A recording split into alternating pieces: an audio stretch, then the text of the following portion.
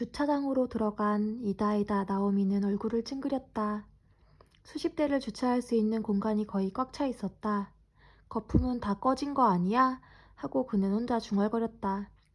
맨 안쪽 자리에 에마 프렐류드를 세운 이마에다는 트렁크에서 캐디백을 꺼냈다. 캐디백이 부엌에 먼지를 뒤집어 쓴 것은 2년 넘게 방구석에 마냥 처박아 두었기 때문이다. 직장 선배가 권하는 바람에 골프를 시작했고 꽤 열심히던 때도 있었지만 독립해서 혼자 일을 하게 된 후로는 캐디백에서 클럽을 꺼내는 일조차 없어지고 말았다. 바빠서가 아니라 필드에 나갈 기회가 없었던 것이다. 혼자인 사람에게는 맞지 않는 스포츠라고 절실하게 생각했다. 싸구려 비즈니스 호텔을 연상케 하는 이글 골프 연습장의 정면 현관을 통해 안으로 들어간 그는 새삼 진저리를 쳤다. 순서를 기다리는 골퍼들이 로비에서 따분한 표정으로 텔레비전을 보고 있는데 그 수가 10명 가까이 되는 것이다. 갔다가 나중에 다시 오고 싶은 심정이었지만 평일에 오지 않는 한 상황은 달라지지 않겠다 싶어 하는 수 없이 카운터에 가서 번호표를 받았다. 비어있는 소파에 걸터앉아 이마에다는 멍하니 텔레비전을 보았다. 스모 경기 중계가 나오고 있었다. 바야흐로 여름 스모 시즌이다. 아직 시간이 일러서인지 화면에는 주료 스모의 여러 품계 중 하나. 스모의 품계는 위에서부터 크게 마쿠우치와 주료, 마쿠시타, 3단매, 조니단, 조노구치로 나뉘며 마쿠우치는 다시 요코즈나, 오제키, 세키와케, 고무스비, 마에 가시라로 나뉜다. 의 경기가 펼쳐지고 있었다. 최근에는 스모의 인기가 높아져서 마우구치의 전반 경기나 주료에도 주목하는 일이 많아졌다. 와카노 하다와 다카노 하다 형제, 다카토리키, 마이노우미 같은 새로운 스타가 등장했기 때문일 것이다. 특히 다카노 하나는 지난 시즌에 사상 최연소로 수훈상, 감투상, 기능상을 휩쓴 데 이어 이번 시즌 첫날에는 지오노 후지를 꺾고 역시 사상 최연소 김보시, 세키와케 이하의 선수가 서열 1위인 요코즈나를 꺾는 일이 되었다. 지오노 후지는 그 이틀 후 또다시 다카토리키에게 패했고 그 경기를 끝으로 은퇴를 결의했다. 텔레비전을 보면서 이마에다는 시대가 확실히 변하고 있다고 생각했다. 매스컴은 연일 거품 경제의 종언을 전하고 있었다. 주식이나 땅으로 큰돈을 벌고 있는 사람들도 앞으로는 그 거품이 거품처럼 꺼지는 것을 보고 안색이 바뀌게 될 것이다. 그에 따라 이 나라도 조금은 조용해질지 모르겠다고 이마에다는 기대하고 있었다. 고우의 그림을 50억 엔 이상 주고 사다니 세상이 미쳐 돌아간다는 증거다. 다만 젊은 여성들이 사치하고 멋부리는 건 별 변화가 없는 모양이라고 그는 로비를 둘러보면서 생각했다. 예전에는 골프하면 남자들의 놀이였다. 그것도 어느 정도 지위를 쌓은 성인 남자들의 스포츠였다. 그러던 것이 요즘은 젊은 여자들에게 골프장을 완전히 점거당한 꼴이 됐다고들 한다. 실제로 이 연습장도 순번을 기다리는 골퍼의 절반은 여자이다. 하기야 그러니까 나 같은 사람도 오랜만에 클럽을 잡게 되었지만 하고 그는 속으로 씁쓸하게 웃었다. 학생 시절의 친구에게 전화가 온 것은 나흘 전이었다. 친구는 호스티스 2명을 골프장에 데려가게 됐는데 같이 가지 않겠느냐고 물었다. 같이 가기로 한 남자에게 사정이 생긴 모양이었다. 그렇잖아도 요즘 운동다운 운동을 통 못했다는 생각이 들어서 제안에 응하기로 했다. 물론 젊은 여자들이 동행한다는 소리에 흑심이 싹튼 것도 사실이다. 한 가지 걱정되는 점은 한동안 클럽을 잡지 않았다는 것이었다. 그래서 이 연습장을 떠올리고 이렇게 찾아온 것이다. 필드에 나가는 날은 2주일 후였다. 그때까지 창피를 당하지 않을 정도로는 감을 회복하고 싶었다.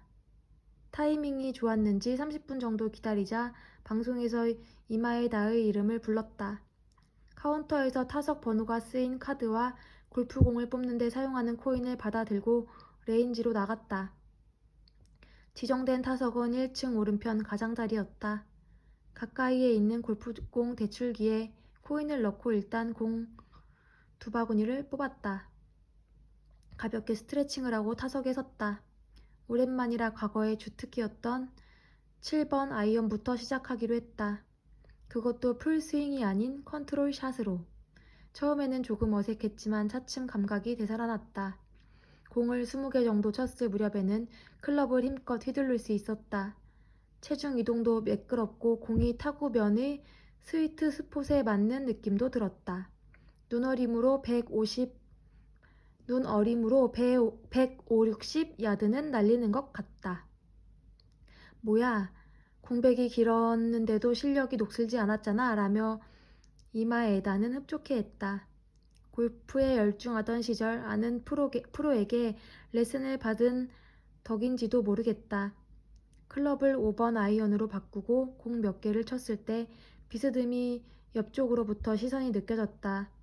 바로 앞 타석에서 공을 치던 남자가 의자에 앉아 쉬고 있었는데 그가 자신의 샷을 지켜보는 것 같았다. 기분이 나쁜 건 아니지만 신경이 쓰였다. 이마에 나는 클럽을 바꾸면서 남자 쪽을 힐끔 보았다. 젊은 남자였다. 30살이 채 안 되어 보인다. 다음 순간 이마에 나는 어라 하면서 고개를 갸웃했다. 어디선가 만난 적이 있는 것 같았다. 이마에 나는 다시 한번 곁눈으로 그를 훔쳐보았다. 역시 만난 기억이 있다. 어디서 봤더라? 그러나 남자의 태도로 봐서 저쪽은 이마에다를 모르는 듯하다. 기억을 떠올리지 못한 채 이마에다는 3번 아이언으로 연습을 시작했다. 잠시 후에는 앞에 남자도 공을 치기 시작했다. 꽤 괜찮은 실력이다. 게다가 폼도 좋았다. 드라이버로 친 공이 200야드 앞에 있는 네트를 향해 똑바로 날아간다. 남자가 고개를 약간 오른쪽으로 돌렸을 때였다. 목덜미에 나란히 있는 사마귀 2개가 보였다. 그것을 본 이마에다는 하마터면 하고 소리를 지를 뻔했다. 그가 누구인지 퍼뜩 떠오른 것이었다. 다카미야 마코토였다. 도자이 전장 주식회사 특허 라이선스부 소속. 아, 그래 하면서 이마에다는 고개를 끄덕였다. 이 남자를 여기에서 만난 건 우연도 그 무엇도 아니었다. 골프 연습을 해야겠다 마음 먹었을 때 금세 이 연습장이 떠오르는 것은 3년 전 어떤 사건이 있었기 때문이다. 그리고 다카미야라는 남자도 그때 알았다. 그러나 다카미야 쪽에서는 이마에다를 알 리 없다. 그건 당연한 일이었다. 그 후 어떻게 되었을까? 이마에다는 문득 궁금했다. 그 여자와 지금도 사귀고 있을까? 3번 아이언이 뜻대로 잘 쳐지지 않아 잠시 쉬기로 한 이마에다는 자동 판매기에서 콜라를 뽑아 의자에 앉았다. 그리고 다카미야가 공을 치는 모습을 바라보았다. 다카미야는 피칭샷을 연습하고 있었다. 목표 지점은 50야드에 있는 깃발인 듯했다. 하프 스윙으로 친 공이 붕 떠올랐다가 깃발 바로 옆에 떨어진다. 멋들어진 솜씨다. 그의 시선을 느꼈는지 다카미야가 뒤를 돌아보았다. 이마에다는 그 눈길을 피하며 콜라캔에 입을 댔다. 그때 다카미야가 이마에다 쪽으로 다가왔다. 이거 브라우닝이죠? 네? 하고 이마에다가 얼굴을 들었다. 아이언 말입니다. 브라우닝 아닌가요? 다카미야가 이마에다의 캐디백 안을 가리켰다. 아, 이마에다는 아이언 헤드에 새겨진 메이커 이름을 확인했다. 그런 것 같군요. 난 잘 몰랐는데. 어쩌다 불쑥 들른 골프숍에서 충동 구매한 것이었다. 가게 주인은 자신이 강력하게 추천하는 물건이라면서 그 아이언 세트를 꺼내왔다. 그리고 그것이 얼마나 좋은지 구구절절히 늘어놓은 후 이마에다처럼 마른 체형에 알맞은 것이라고 덧붙였다. 하지만 이마에다가 그것을 사기로 마음먹은 것은 주인의 설명을 믿어서가 아니라 브라우닝이라는 메이커 이름이 마음에 들었기 때문이었다. 그에게는 총에 미쳐 있던 시절이 있었다. 잠깐 보여주실 수 있을까요? 다카미야가 물었다. 네, 물론이죠. 그러자 다카미야가 캐디백에서 5번 아이언을 꺼냈다. 친구 중에 갑자기 잘 치게 된 녀석이 있었는데 그 녀석이 브라우닝을 사용하더라고요. 그래요. 그분 실력이 좋아졌던 거 아닐까요? 하지만 아이언을 바꾼 후부터 갑자기 좋아졌는걸요. 그래서 저도 제게 맞는 클럽을 다시 찾아야 하나 생각했었죠. 그랬군요. 하지만 지금도 충분히 잘 치시는데요. 아닙니다. 필드에 나가면 영 엉망이에요. 그러고서 다카미야는 준비 자세를 취한 뒤 가볍게 스윙을 해보았다. 그립이 좀 가늘군요. 괜찮으니까 공을 한번 쳐보시죠. 그래도 됩니까? 그럼요. 그렇다면 이라며 다카미야는 이마에다의 클럽을 들고 타석에 섰다. 그리고 한 개, 두 개 공을 치기 시작했다. 스핀이 걸린 공이 기세 좋게 뻗어나갔다. 멋지군요. 이마에다가 말했다. 듣기 좋으라고 한 말이 아니었다. 느낌이 아주 좋은데요? 다카미야도 만족스러운 듯 말했다. 마음껏 쳐보세요. 저는 우드 연습을 할 거니까요. 그래요? 감사합니다.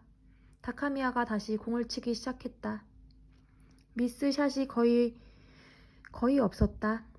그건 클럽 덕분이 아니라 그의 폼이 정확하기 때문이었다. 역시 스쿨에 다닌 보람이 있군 하고 이마에다는 생각했다. 그렇다. 다카미야는 이 골프 스쿨에 다녔다. 그리고 여기서 같이 연습하던 여자와 사귀었다. 좀 더 생각해보니 여자의 이름이 떠올랐다.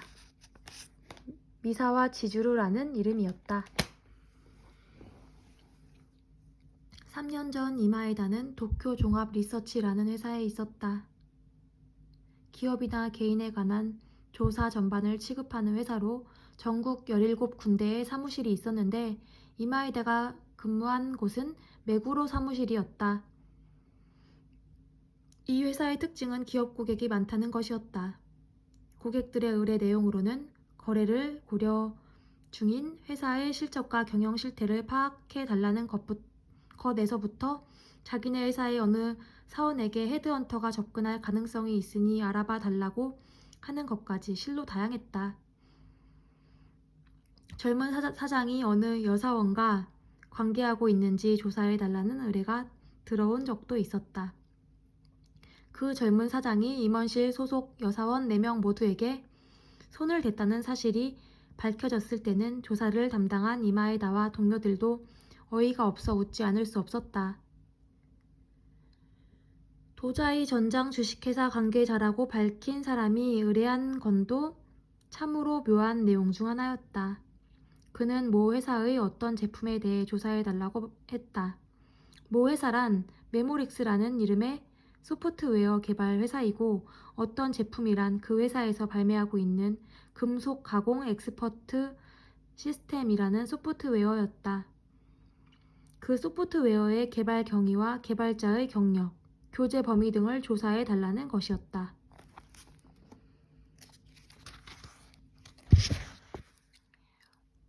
의뢰인은 조사의 목적에 대해서는 자세히 얘기해주지 않았지만 그의 말 중 몇몇 단어로 미루어 막연하게나 짐작할 수는 있었다.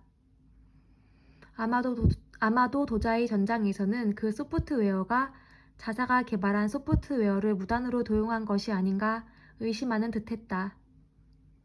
하지만 제품을 비교한 것만 가지고는 도용 사실을 입증하기 곤란하다고 판단하고 누가 훔쳤는지를 밝혀내려 한 것이다. 컴퓨터 소프트웨어를 훔치려면 도자이 전장 내부에 반드시 공범이 있어야 하므로 메모릭스의 개발 담당자 주변을 조사하다 보면 도자이 전장과의 접점이 발견되지 않을까 하는 것이 의뢰인의 생각인 듯 했다. 도쿄 종합 리서치 메구로 사무실에는 약 20명의 조사원이 있었다. 그 가운데 절반이 그 일에 매달리게 됐다. 이마에 나도 그 중의 한 명이었다. 조사를 시작한 지 2주 정도 지나자 메모릭스라는 회사의 실태가 거의 드러났다. 1984년에 설립되었으며 대표는 전직 프로그래머였던 안자이 도오루라는 남자였다. 아르바이트생을 포함해 12명의 시스템 엔지니어가 있고 주로 업체들의 의뢰를 받아 갖가지 시스템을 개발함으로써 실적을 올리고 있었다.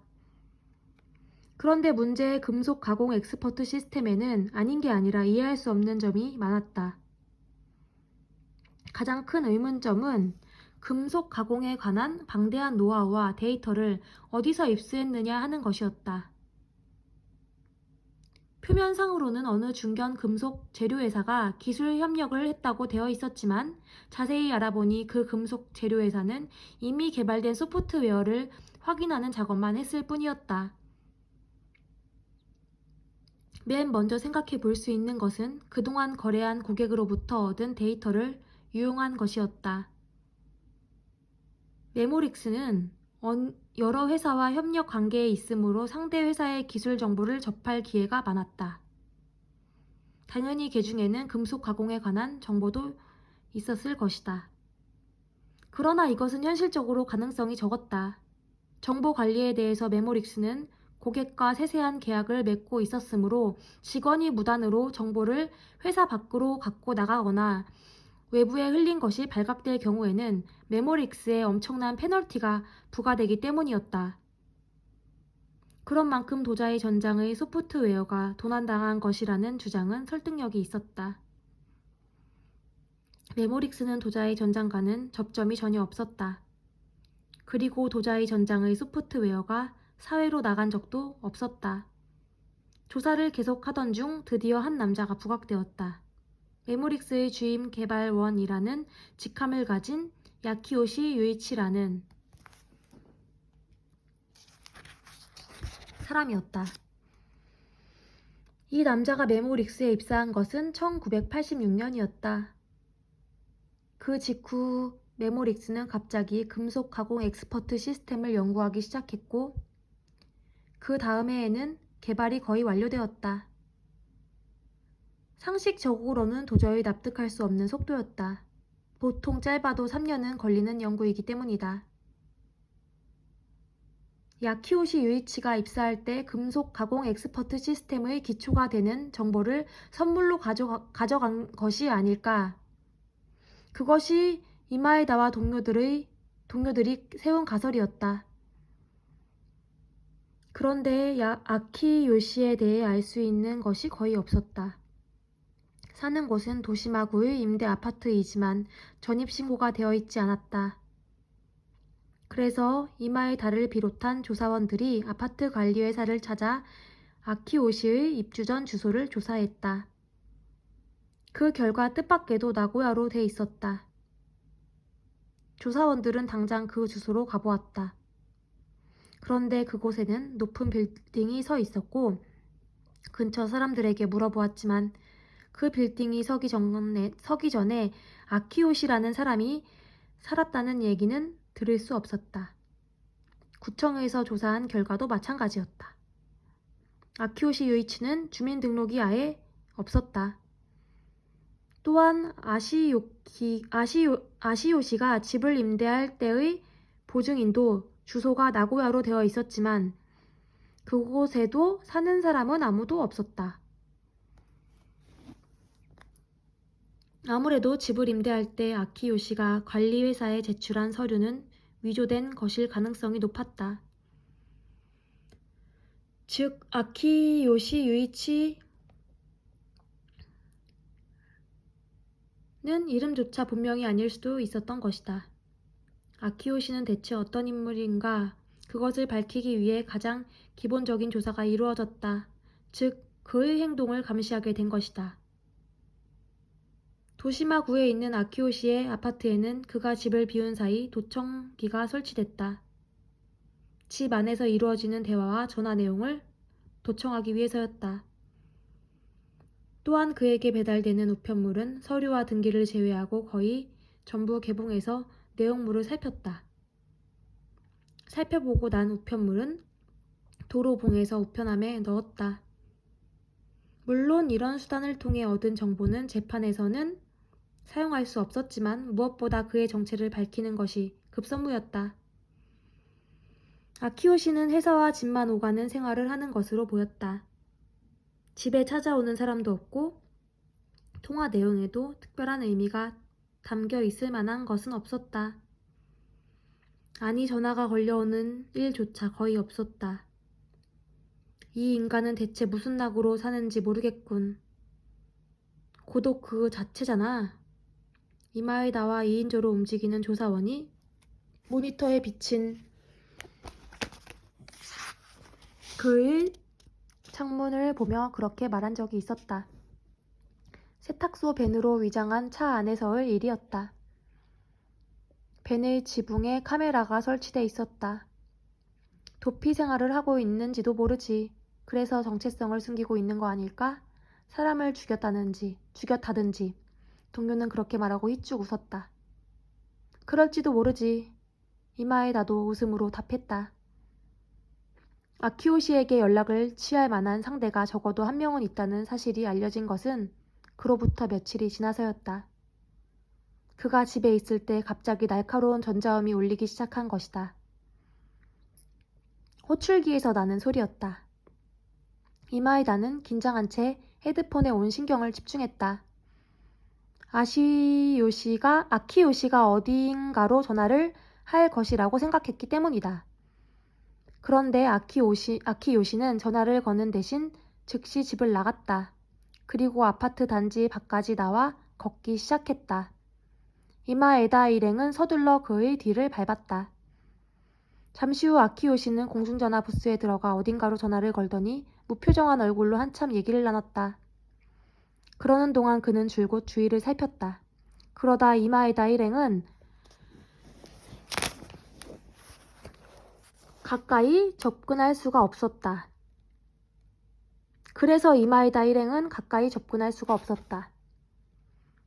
그런 일이 몇 번인가 되풀이 됐다. 호출기가 울리면 아키오 씨는 전화를 하러 밖으로 나갔다. 절대로 집 전화를 사용하지 않기에 혹시 도청기가 설치된 사실을 알아채지 않았나 싶기도 했지만 만일 그랬다면 진즉에 제거해버렸을 것이라는 의견이 지배적이었다. 그렇다면 아키 요시는 중요한 전화는 외부 전화를 이용하는 게 습관이 되지 않았을까 싶었다. 공중전화도 한 군데에서만 걸지 않고 매번 다른 전화를 이용하는 철저함을 보였다. 누가 호출을 하는 걸까? 그것이 당시로서는 가장 큰 수수께끼였다. 그런데 그 수수께끼가 풀리지 않는 상태에서 사태는 다른 방향으로 흘러갔다. 아키 요시가 이해할 수 없는 행동을 하기 시작한 것이다. 어느 목요일 아키 요시는 회사 일이 끝나자 신주쿠로 갔다. 이마에다 등이 조사를 시작한 이래 처음 있는 일이었다. 아키 요시는 신주쿠역 서쪽 출구 근처에 찻집으로 들어갔다. 그리고 거기서 한 남자를 만났다. 나이는 40대 중반 정도, 야위고 작은 체구에 가변처럼 표정을 읽을 수 없는 얼굴이었다. 이마에 닿는 그 남자를 보는 순간 가슴이 두근거리는 것을 느꼈다.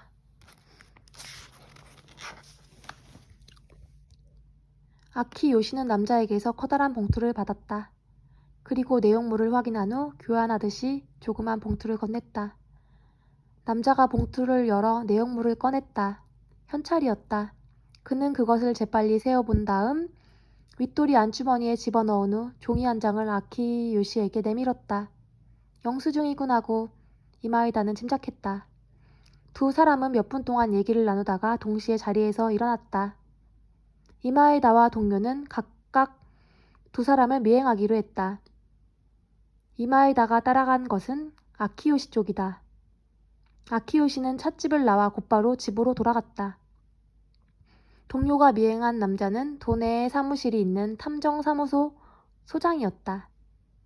소장이래야 직원은 조수이자 아내인 여자 달랑 한 명뿐이라고 했다. 역시 하고 이마에다는 생각했다. 그 남자에게서 같은 직종에 종사하는 사람 특유의 분위기가 풍겼다. 아키요시가 탐정을 고용해서 뭘 조사했는지 궁금했다. 도쿄 종합 리서치와 조금이라도 연관이 있는 탐정 사무소였다. 탐정 사무소였다면 알아낼 방법이 없지 않았겠지만 아키요시가 고용한 탐정은 어디에도 소속되지 않은 프리랜서였다. 섣불리 접촉했다가 자신들의 조사 내용이 알려지기라도 하면 수습이 힘들 터였다. 일단은 계속해서 아키요시를 지켜보기로 했다. 그 주 토요일 아키요시가 다시 움직이기 시작했다. 이마에다와 동료가 그의 아파트를 지켜보고 있는데 블루종의 청바지의 캐주얼한 차림을 한 아키요시가 나왔다. 이마에다 일행은 그를 따라붙었다. 이때 이마에다는 어떤 예감 같은 걸 느꼈다. 단순한 외출이 아닌 불온한 기운이 아키요시의 뒷모습에 감돌고 있었던 것이다. 아키요시는 전철을 바꿔 탄 끝에 시모키타자와역에서 내렸다. 날카로운 눈초리로 주위를 계속 살피곤 했지만 미행을 눈치채지는 못한 듯했다. 그는 조그만 메모지 같은 것을 손에 쥐고 간간히 주소가 적힌 표지판을 확인하면서 역 주변을 걸어 다녔다. 이마에다는 그가 어떤 집을 찾는 거라고 짐작했다. 이윽고 그가 걸음을 멈췄다. 선로 옆에 있는 3층짜리 아담한 건물 앞이었다. 독신자용 원룸 아파트 같은 분위기였다. 그런데 아키요시는 그 건물로 들어가지 않고 건너편에 있는 찻집으로 들어갔다. 이마에다는 잠시 망설이다가 함께 있던 동료를 찻집으로 들여보냈다. 어쩌면 아키요시가 그 찻집에서 누구와 만나기로 했을지도 모른다고 기대한 것이다. 자신은 근처에 있는 서점에서 기다리기로 했다. 1시간 후 동료 혼자서 찻집을 나왔다. 누구를 만나러 온 게 아니었어? 동료는 말했다. 감시하고 있어. 저기 사는 누군가를 지켜보고 있다고. 그는 턱짓으로 맞은편 아파트를 가리켰다. 이마에다는 예의 탐정을 떠올렸다. 아키요시가 그에게 이 아파트에 사는 누군가에 대해 조사해달라고 했던 것 아닐까? 그럼 우리도 여기서 꼼짝 않고 지켜봐야겠군. 그래야지. 이마에다는 한숨을 쉰 후 공중전화를 찾았다. 사무실에 연락해서 차를 보내달라고 하려던 것이다. 하지만 그 차가 도착하기 전에 아키요시는 찻집을 나왔다. 이마에다가 아파트 쪽을 보니 손에 골프채를 든 젊은 여자 하나가 역 쪽으로 걸어가고 있었다. 아키요시는 10m 정도 거리를 두고 그녀를 뒤쫓았다. 그런 아키요시를 이마에다 일행이 또 뒤쫓았다. 여자의 목적지는 이글 골프장이었다. 아키요시도 그녀를 따라 안으로 들어갔다. 이번에는 이마에다가 그녀를 따라가기로 했다. 아키요시를 따라 안으로 들어가던 이마에다가 지켜보고 있자니 여자는 골프 레슨을 받으러 들어가고 아키요시는 그녀의 뒷모습을 확인한 뒤 골프 교실에 관한 팸플릿을 한 장 뽑아들고 밖으로 나갔다. 그리고 그날은 이글 골프 연습장에 다시 나타나지 않았다. 이마에다는 여자에 대해 조사해 보았다. 신원은 금세 판명됐다. 용역 파견 회사에 적을 둔 미사와 지주루라는 여자였다. 이마에다는 그녀가 소속된 용역 회사의 문의에 미사와 지주루가 도자이 전장에 파견된 적이 있다는 사실을 알아냈다. 마침내 도자이 전장과 아키요시가 연결된 것이다. 이마에다와 동료들은 그 여세를 몰아 계속 아키요시를 지켜보기로 했다. 언젠가는 미사와 지주루와 접촉할 것이라고 판단한 것이다. 그런데 사태는 또 예상치 못한 방향으로 기울었다. 한동안 눈에 띄는 움직임을 보이지 않던 아키요시가 어느 토요일 다시 이글 골프 연습장으로 향했다. 미사와 지주루가 참가하는 골프 교실이 시작될 시간대였다. 아키요시는 그날도 미사와 지주루에게 접근하려 하지 않고 숨어서 그녀를 지켜보기만 했다. 그런데 어떤 남자 하나가 미사와 지주루에게 다가와 옆에 앉더니 친근하게 얘기를 나누는 것이었다. 두 사람은 마치 연인처럼 보였다. 그것을 확인하는 게 목적이었다는 듯 아키 요시는 잠시 후 골프 연습장을 떠났다. 결국 아키 요시가 미사와 지주루에게 접근한 것은 그때가 마지막이었다. 그 후로 그는 한 번도 이글 골프 연습장에 걸음을 하지 않았다. 이마에다와 동료들은 미사와 지주루와 함께 있던 남자에 대해서도 조사했다. 남자의 이름은 다카미야 마코토.